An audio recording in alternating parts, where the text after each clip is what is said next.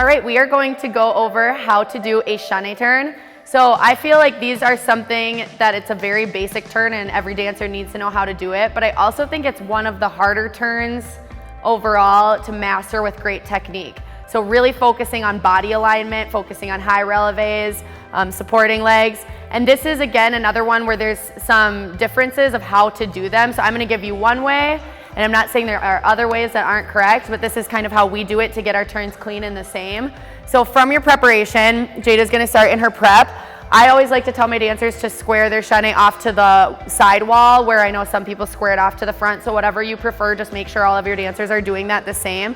So she's gonna square off to the side and then close her arms and step with her other leg and then back around. So when you're doing this, something to really focus on is again, not letting that booty pop out. So we wanna keep that tucked under, shoulders on top of hips, on top of ankles.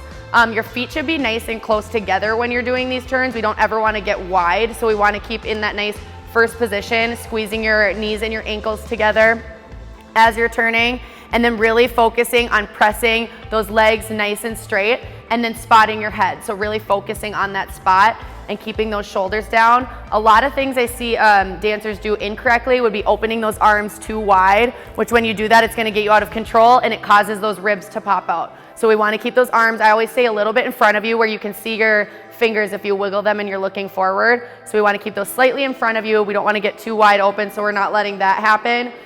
Bending the knees and then getting those legs too wide. We wanna really focus on keeping those in, because try to turn really quick with those legs too wide, you're gonna get a little bit wobbly. When you're trying to open those legs too wide, you're not gonna be strong in your position. So really focusing on keeping those legs closer together.